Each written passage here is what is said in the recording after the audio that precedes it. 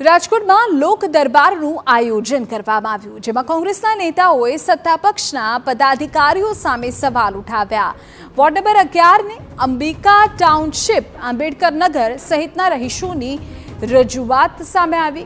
વોર્ડમાં પાણી, કચરો, ગટર સહિતની સમસ્યાનું સમાધાન કરવા સ્થાનિકોએ રજૂઆત કરી, તો કોંગ્રેસના નૈનાબા જાડેજાએ મેયરના બદલે સ્ટેન્ડિંગ કમિટીના સભ્ય તમામ પ્રશ્નોના જવાબ આપતા હોવાના આક્ષેપ કર્યા।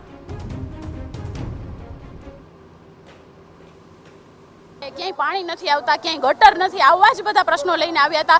અમે પણ રજૂઆત કરી કે પ્રી મોન્સૂનના કામગીરી તમે ઝીરો કરી છે, ક્યાંય ફોગિંગ નથી થતું, ઠેર ઠેર કચરાના ઢેર છે, હેકરઝોન છે, ત્યાં કચરા પેટીઓ મૂકવામાં નથી આવતી, એના લીધે ગંદકી વધે છે, રોડ રસ્તાઓ એના લીધે બ્લોક થાય છે, ગટરો બ્લોક થાય છે। તો આ બધા પ્રશ્નો અમે ઘણા એમને પૂછ્યા, સાથે અનેક એવા પ્રશ્નો પણ પૂછ્યા કે ભાઈ જ્યાં કોઈ એનો અતોપતો નથી। મવડી ગામના 2-4 પ્રશ્ન પૂછ્યા તો ભડક્યા, અને મેઇન વસ્તુ તો એ છે કે મેયરે જવાબ દેવાના હોય એની બદલે સ્ટેન્ડિંગ કમિટીના ચેરમેન કેમ જવાબ દે છે। કોંગ્રેસના આક્ષેપો બાદ સ્ટેન્ડિંગ કમિટીના ચેરમેને વિરોધ પક્ષ સામે સાધ્યું નિશાન અને કહ્યું કે કોંગ્રેસના નેતાઓ પ્રજાના પ્રશ્નો માટે શરૂ કરેલા પ્રજા દરબારની રાજકીય ન બનાવે।